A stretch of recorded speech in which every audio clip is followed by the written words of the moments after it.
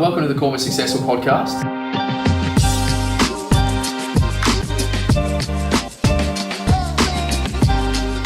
Tiera Butkus, welcome to Call Me Successful. Oh, thank you so much, Dan. It's great to be here. Long time coming. I'm actually looking forward to this conversation. Oh, me too. Me too. I couldn't sleep last night because all I was thinking about was the podcast. How are you enjoying the One Conference thus far? Oh, it's absolutely amazing. I mean, there's so many great people here from so many different agencies and brands across Queensland, even New South Wales. I think actually global, which is phenomenal. So it's been a great morning. I'm looking forward to this afternoon. Any big takeaways you've learned? Oh, I think one for me was actually in a PM breakout session with Emily Richardson, BDM from Ray White up in Rockhampton, and she spoke about energy. Now, I have a lot of energy. She has a lot of energy, but it's genuine energy. So we're looking to place our energy in the right places. We're not just energetic to be energetic. We're energetic because we really love what we do. So genuine energy is my takeaway. I think your energy is perfect for the role that you're in, that growth role. Oh, thank you. You've obviously come across as very approachable and relatable and just someone that you feel like you can just say hello to, which I think is really important in what you're doing. Do you find you need to recharge? Absolutely. I think everyone needs to recharge and get that positive energy coming back through. And there's definitely hard days and days that you think, oh God, they're strenuous and they're long, but I genuinely love what I do. I have a great support team. I've got great ambition, which means that the pathway that I'm on, or what I'm doing currently is leading me to the right path. I don't even know if that makes sense, but I understand I definitely have a lot of energy around my role and growth and passion. That's right. And I think loving what you do is so important, and that's where the energy comes from. Yeah. Someone in your position, you have a lot of industry insight. So can you give me a bit of a rundown on what you think the ins and outs are 2025? Oh, I love this question. I think the outs, actually, let's start with the ins. Let's start positively. I think the in for 2025 is energy. Okay. We've mentioned that a lot, but I do think it's the in. I think the outs is energy last year was brought about by the market, whereas I think energy in 2025 is going to be brought about, or it's going to be created by what you can control. So it's doing the one percenters, doing them right, and I guess bringing energy to what you can control to move the needle and kind of better your business and better your growth. Do you think, I've heard this from a few people now, that this year is going to be the year of the agent. So the market, as you're saying there, kind of got everyone excited last year. Everything was selling. It's kind of, we've been riding away from COVID. It's still been happening, but now it seems as though this might be a tougher year for real estate agents. Do you agree? Oh, I wouldn't say it's the year for agents, but I'd say it's the year for the buyer. I think it's the agent service towards the buyer. I think you'll have to be calling your buyers back. Now, that's not doing a call on a Monday morning. That's doing a call on a Saturday. I think it's bringing them customer service and delivering on what you've promised them. I think it's the year of the buyer. Interesting. That's my perspective, though. I may be wrong. No. Honestly, no, there's no crystal ball, and I like that. I think you're totally right. It's going to be a little bit of a shift. I think so, yes. I think, as I said, the market last year was the energy, whereas I think the shift now is what you can control. You can control your communication. You can control your customer service. Do the one percenters. Call those buyers. I think that's where your relationship needs to be this year. Yep. Did you tell me you're out? What's out for 2025? Oh, I think it's getting stuck with the tasks or getting bogged down with tasks that you don't need to be doing. Okay. I think it's really streamlining your work and looking at your tasks, and if you have tasks that you don't, that you can delegate or get somebody else to do, or maybe you can stop them altogether or automate something to make life a little bit easier. We call it about the Jenny. You don't want to be a Jenny as in running around doing all these tasks, going crazy, when you could actually just be focusing on what you need to do to move the needle. We always talk about being best in market. So everything that we do, we judge it on the fact or the question, are we being best in market? So is my communication best in market? Is my pipeline best in market? Is what I'm putting out there best in market? So I think that's a good way to kind of streamline your business is what I'm doing going to bring me to be the best in the market. When I came from another business, obviously, and another agency, and before coming to Ray White, and I thought, before we made the plunge, I heard things, right? You hear these things from other people. They say, big business brands, big commercial, but you don't want to be involved in that. And you get behind the curtain and you go, oh my God, there's so much going on here that I had no idea about. There's all these new systems and all this money being invested into all these things for data collection and you name it. It just seems like Ray White is ahead of the curve. What else can we expect, do you think, in 2025 from the big brand like Ray White? Can we say it? Oh, I mean, that's so much. I think the word on everyone's lips is growth. And I think if you want growth and you put yourself in the position to achieve it, you will. Yep. I think those that want to grow but don't have the right support, I don't think will. And by support, I mean, is that the brand behind you? And is that what we offer as a brand? I would think so, but that's my take on that question. I like it. What are the necessities for a brand, do you think, to have for an agent to be successful? I think support is definitely a big thing. Yep. Absolutely. I think it's the support and the team behind you. Yep. They are the necessities. You need the motivation and you need the right, platforms to help you grow. And I think you also have to have the best mindset now, whether you need a mentor or a performance coach or whatever you need to get that mindset. Yep. You as a person has to bring that to the table as well. That's one thing I didn't have as like with an individual agency, is to be able to reach out to anyone and be like, hey, I'm struggling with A, B, or C, whether that might be like recruitment, it might be what we're putting out online or communication or whatever that is. And I think that's been a big change for me in my career, is actually be able to reach out to someone from our corporate office like yourself and go, hey, how do we do this better? Like A, B, and C. That's music to my ears. I mean, that's what we're there for. I think, sorry, I'm just going to plug us, but I think we have an amazing team, and that's why I love my job and I love my role, and I hope everyone in our team feels the same way as me. And I think the most important thing is we all love our network. Yeah. And so whatever we can do to help support, grow, get our network to the next level, I think that is our aim, that is our goal. We're there 110% of the way. Different type of network, but in terms of networking, right, you're amazing at it. I see you at every event, every function, like you're just very social. I try my best. What's the secret to networking, do you think?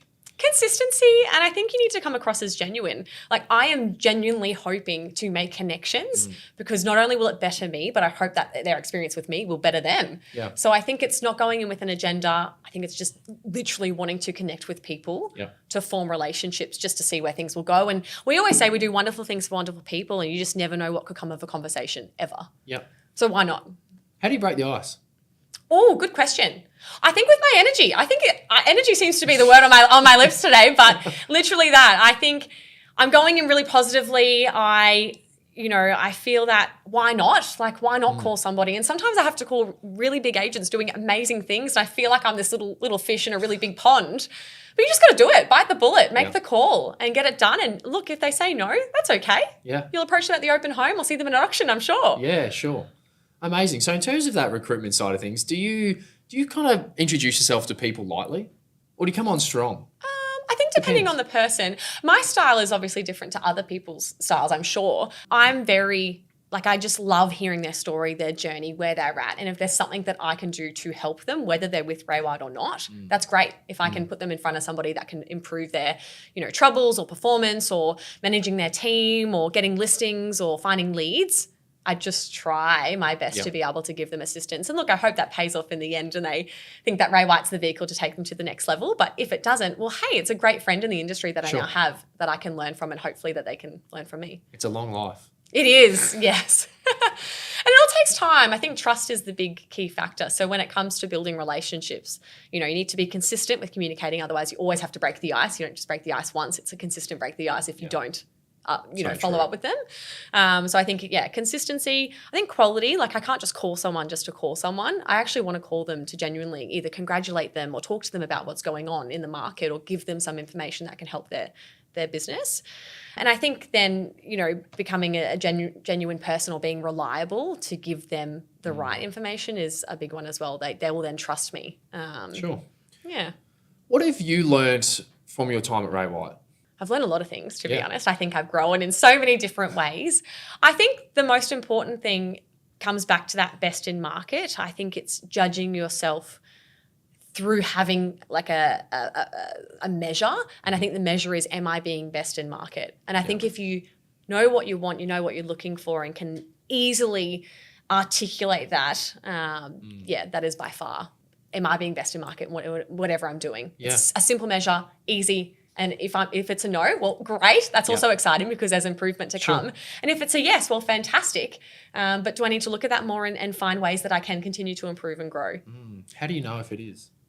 How do we compare ourselves, I suppose, to other agencies? How do we know what is best in market? Is it more so general feedback? Is it testing what we do and then, getting reviews and that sort of thing? Or how do we genuinely know that we're the best in the market?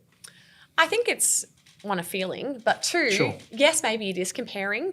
I think it's different for everyone. I think it's hard to put a kind of, I think it would be different for everyone and how you're measuring it. It's more of like a morality thing in terms of if you know that you're putting your best foot forward, your best effort into something, you're providing extreme customer service and care and actual genuine want to help. Am I on the right track? Yeah, here? absolutely. Yeah. Absolutely. If you're feeling like you're doing something to the best of your ability, well then, hey, you're best in market. I think you can probably create your own measures, as in if you're wanting to be best in your marketplace, well, how are you going to get there? You need to be best in market at your client service or customer service, I should say. You need to be best in market in what you're putting out. Are your EDMs, are your text messages, are they on point? Are they communicating the right message? Are you representing yourself as a brand? And then thirdly, are you best in market in the way that your systems are running? I think you can measure yourself on it to a big goal of being the best in your marketplace or the best in what you want to be. But you've got to break it down then into small goals as well to actually get there. I'm interested. If you were in real estate, with everything you've learned and everything you've taught and done, and what would be your elevator pitch, I suppose, to a vendor as to why they should use, you as a Ray White agent. Can I ask that? Yeah, I suppose I can.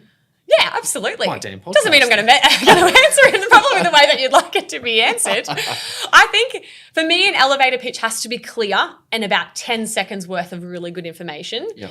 I think I deliver a good elevator pitch when I'm in front of somebody because I know what I'm going in for and I know who I am and what I want to be and what I do. In terms of me being an agent, I think it would just be playing to my strengths. I mean, I've got energy and I feel like I'm very adaptable and I feel like I'm really great at communication. So that would be my elevator pitch, something around those three things. Yeah, sure. It's kind of picking out your qualities, I guess, that that are your strengths. It's a game of trust. I feel like real estate, there's a tie of trust between left and right. Like, do we trust, do we not? And there's been this stigma, and I spoke about this in my speech, that the stigma of real estate sometimes get in the heads of others and it makes it harder for others. How do you think we go about, I don't want to say change the stigma, because there's some amazing people in this industry, and I think some people cop a hard time for just being in real estate. But what do you think the next steps are to keep improving the industry as a whole? Oh, fantastic question. This one's really got me thinking. I think for me, customer experience is the number one always. I think we could always be communicating better and I always go by the fact it's call for communication, email for confirmation. So don't hide behind it. Okay. Definitely give them a call. Suss out what's going on. I'm that type of person. I have to call agents and business leaders every single day. You can't hide behind an email or a computer or a phone. Yeah. Give them a call. Let them hear that you're a person, and then do your communication through that way or that method. Amazing. I think that will help the trust piece. And even if it's not good information, you still have to deliver it. Yep. And I think that then comes down to the way that you're communicating as well. Mm-hmm. Do you have the customer service skills to communicate positively? And if it isn't a positive message, are you still communicating in a way that's polite and professional? Sure. My final question for you, leading ladies. You're in the pink shirt. Thank you so much. Yes, I am. Tell me about this. So Leading Ladies is a fantastic initiative. It is founded by Sally Patch, our Chief Agency Officer at Ray White. However, it is an industry event open to all women within the industry across Australia.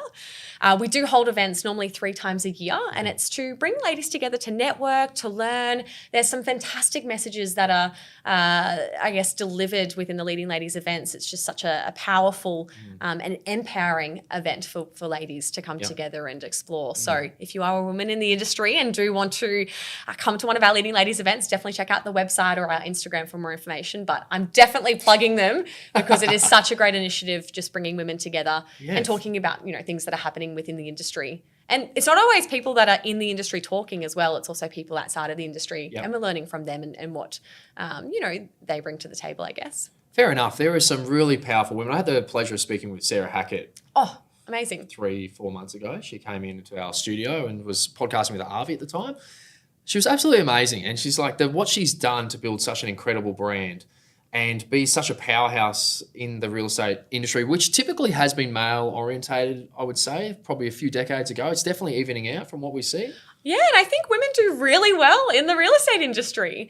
I don't think it's done often enough. Like the same as the One Conference, these types of events aren't done often enough. We need to be learning from each other and sharing the wisdom. We've got a lot of young, energetic, budding agents and admins and property managers. Why not bring everyone together to learn? And the same same as the Leading Ladies event. Like, it's just awesome to see the power of networking and industry relationships. Because I also think that women can be more nurturing and more just like approachable at times, and more, I don't know, if you feel like if females and males, they have their, obviously, like, I don't want to generalize anything, but their strengths for sure. Yeah. And it's been something that's like, males have been typically that alpha, a stigma, I suppose, decades ago, which is now cutting out. And we're seeing females come through as such amazing, incredible, powerful women that are also nurturing and strong and like can hold their ground. And it's just like, women are going to dominate. I think it's, again, coming back to that. I know I repeat myself a lot, but I think these are my core values. It's coming back to playing to your strengths. Yeah. And as a woman, I know for me, I'm empathetic and I really feel the emotion and I get caught up in stories because I just love listening to people do really, really well and do amazing things.